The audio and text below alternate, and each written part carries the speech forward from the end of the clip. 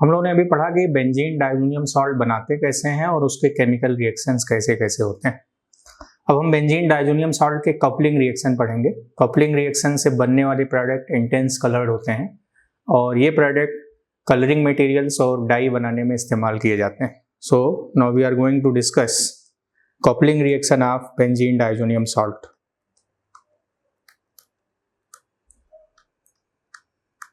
Coupling reaction of benzene diazonium salt.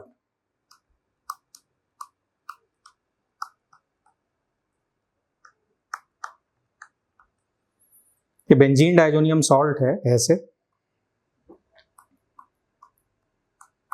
N double bond N पे plus Cl minus. इस पर अगर strong activated aromatic compound का reaction कराएं, जैसे मैंने यहाँ Z ले लिया, Z एक एक्टिवेटिंग ग्रुप है, Z यहाँ पर OH हो सकता है, OCH3 हो सकता है, Z यहाँ पर NCH3 ट्वाइस हो सकता है। अगर इन सब का रिएक्शन करा दें तो ये एक कपलिंग प्रोडक्ट बना लेगा, वो ऐसे, this is N double bond N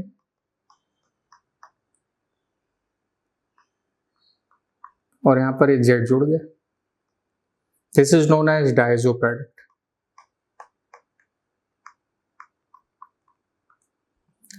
और कपलिंग रिएक्शन से बनने वाले प्रोडक्ट इंटेंस कलर्ड होते हैं क्योंकि यहाँ पर एक्सटेंडेड रिजोनेंस होता है। Extended resonance means resonance one terminal से शुरू होकर दूसरे टर्मिनल तक नॉन स्टॉप होता रहता है। रिजोनेंस जितना ज़्यादा होगा कलर की इंटेंसिटी उतनी ज़्यादा होगी, इसीलिए कंपाउंड्स, कपलिंग प्रोडक्ट्स वाले कंपाउंड डाई बनाने में इस्तेमाल किए जाते हैं। देखिए जेड का लोन पेयर यहाँ से शुरू हुआ रिजोनेंस करना और ये पाई बॉन्ड इधर आ गया, ये इधर आ गया, ये यहाँ पर आ गया, ये यहाँ आ गया, ये यहाँ आ गया और ये यहाँ आ गया। तो एक्सटेंडेड रिजोनेंस हो रहा है। एक्सटेंडेड रिजोनेंस के कारण बनने वाले प्रोडक्ट इंटेंस कलर्ड होते हैं। अब ये प्रोडक्ट बना कैसे, इसकी मैकेनिज्म बेहद आसान है।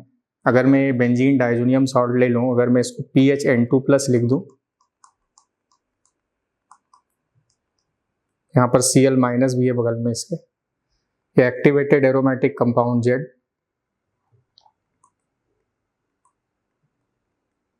यहाँ पर H मौजूद है, इसने अपने इलेक्ट्रॉन इसको दे दिए तो इस N पे प्लस आया, इसको इसने दे दिया तो ये ऐसे बन गया।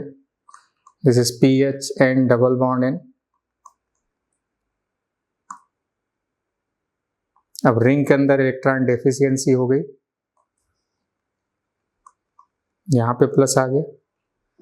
अब जो Cl- था वो इस H पर अटैक कर देता है, H+ में निकला, इस बॉन्ड के इलेक्ट्रॉन इधर आ गए, अब ये बन जाएगा PHN डबल बॉन्ड N।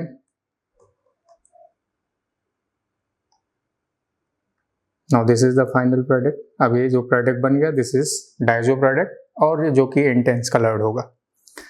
अब अगर मैं Z की जगह डिफरेंट ग्रुप ले लूं, जैसे बेंजीन डाइज़ोनियम सॉल्ट है, दिस बेंजीन डाइज़ोनियम सॉल्ट, इस पर अगर NN डाइमिथाइल एनिलीन का रिएक्शन करा दें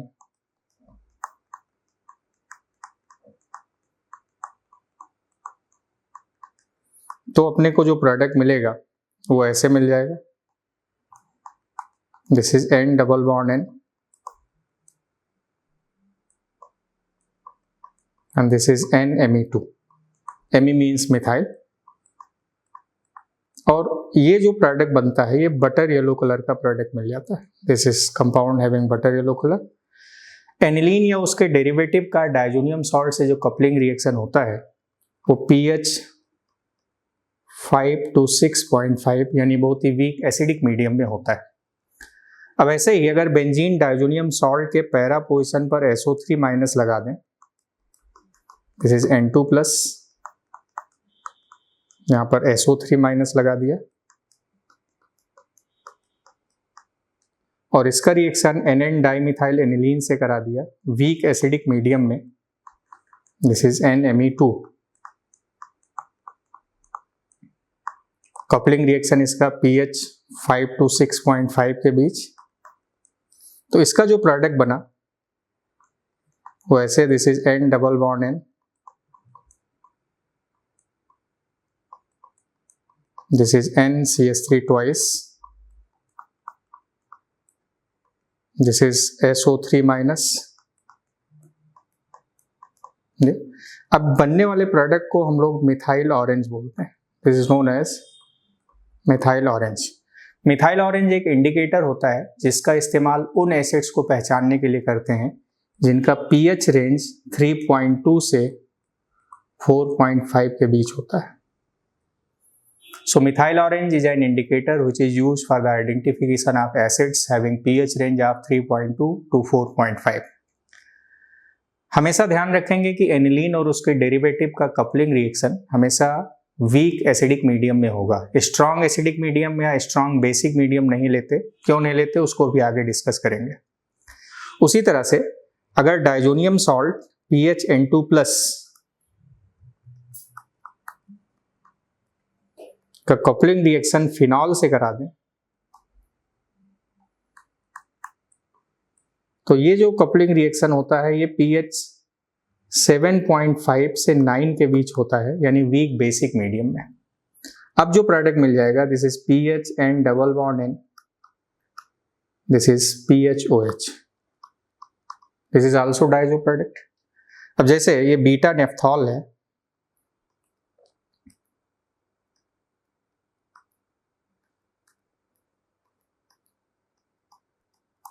OH is activating group, this compound is known as beta nephthol। Beta naphthol पर अगर डाइजोनियम सॉल्ट का रिएक्शन करा दें PHN2+ और ये reaction weak basic medium pH 6.5 pH 7.5 to 9 के बीच करा दें तो डाइजोनियम सॉल्ट से रिएक्शन कराया तो OH एक्टिवेटिंग ग्रुप है, OH ortho para directing, OH का ये आर्थो है, पैरा पोजीशन तो ब्लॉक है तो पैरा पोजीशन पर कपलिंग नहीं होगा। अब इसका जो प्रोडक्ट बन गया वो ऐसे बन जाता है,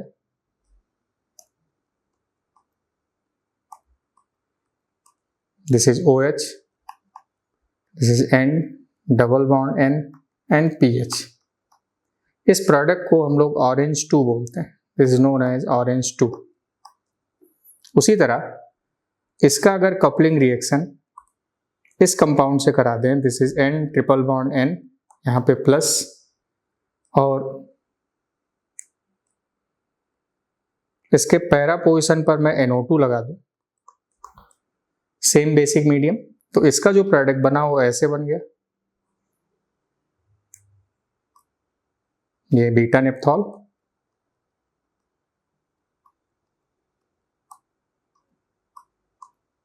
this is OH, this is N double bond N,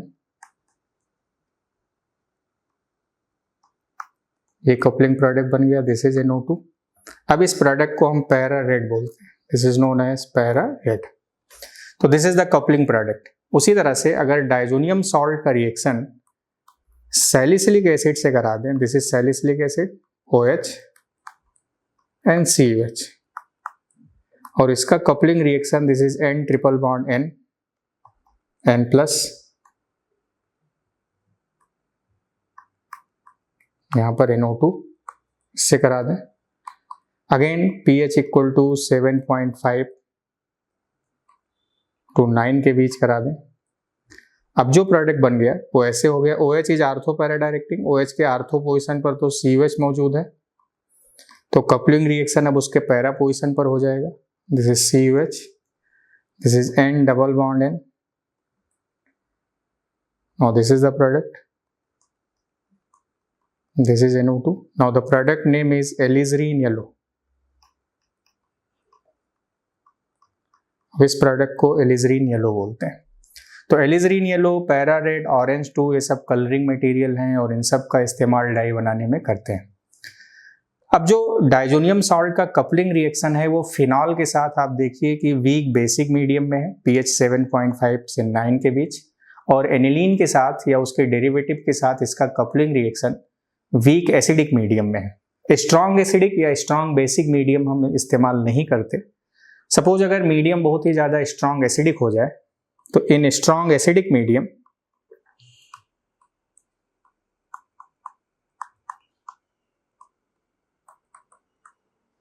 वहां पर कपलिंग रिएक्शन नहीं हो पाता। अगर मीडियम बहुत ज्यादा स्ट्रॉन्ग एसिडिक है तो एनिलीन या उसका डेरिवेटिव जो कि खुद बेसिक है, दिस इज CH3 N पर लोन पे, वो H+ से रिएक्ट कर लेगा। H+ से रिएक्ट कर लेगा तो H+ से रिएक्ट करके ऐसे बना लेगा, दिस इज NCH3 NH, इस N पे प्लस आ जाएगा।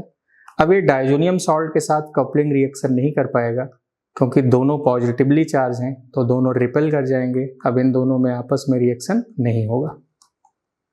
तो इन स्ट्रॉन्ग एसिडिक मीडियम में कपलिंग रिएक्शन नहीं हो पाता। अगर मीडियम बहुत ज्यादा बेसिक है, इन स्ट्रॉन्ग बेसिक मीडियम, उसमें भी कपलिंग रिएक्शन नहीं हो पाता, यानी बेस OH- की कंसंट्रेशन बढ़ा दी गई, तो जो डाइजोनियम सॉल्ट PHN2+ है वो खुद बेस OH- से रिएक्ट कर लेता है। N+ ने इलेक्ट्रॉन लिया, इस N पे प्लस आया, इसने रिएक्ट किया, बन गया PHN double bond N, this is OH।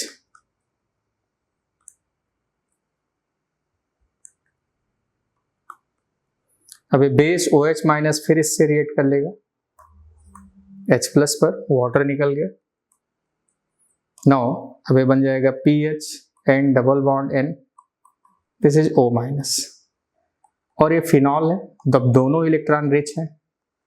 Phenol basic medium में फिनॉक्साइड आयन में बदल जाएगा, दोनों इलेक्ट्रॉन रिच हैं, अब दोनों रिपेल कर जाएंगे, अब कपलिंग रिएक्शन नहीं होगा। तो डाइजोनियम सॉल्ट से जो कपलिंग रिएक्शन होगा, एनिलीन या उसके डेरिवेटिव का वीक एसिडिक मीडियम में, फिनॉल का या उसके डेरिवेटिव का वीक बेसिक मीडियम में। अगर डाइजोनियम सॉल्ट के आर्थो और पैरा पोजीशन पर इलेक्ट्रॉन विड्रॉइंग ग्रुप जुड़ते जाएं, जैसे ये डाइजोनियम सॉल्ट है N2+, अगर इसके पैरा पोजीशन पर मैं कोई विड्रॉइंग ग्रुप NO2 लगा दूं यहां पर, अगर इसके एक आर्थो और पैरा दोनों पर विड्रॉइंग ग्रुप लगा दिया जाए, this is N2+, NO2 NO2, तो ये सारे ग्रुप इससे इलेक्ट्रॉन विड्रॉ करेंगे। इस रिंग के अंदर पार्शियल पॉजिटिव चार्ज आने लगेगा, ऐसे पार्शियल पॉजिटिव आ जाएगा तो रिंग इलेक्ट्रॉन डेफिशिएंट होता जाएगा, तो इसका इलेक्ट्रॉन रिच या एक्टिवेटेड कंपाउंड से कपलिंग रिएक्शन और फास्ट होता जाएगा। तो जैसे जैसे number of electron withdrawing group इसके आर्थो और पैरा पोजीशन पर इंक्रीज होंगे, rate of coupling reaction increase होता जाएगा, इंक्रीजेस। तो कपलिंग रिएक्शन का रेट बढ़ाने के लिए बेंजीन डाइजोनियम सॉल्ट के आर्थो और पैरा पोजीशन पर इलेक्ट्रॉन विड्रॉइंग ग्रुप हमें इंक्रीज करने पड़ेंगे।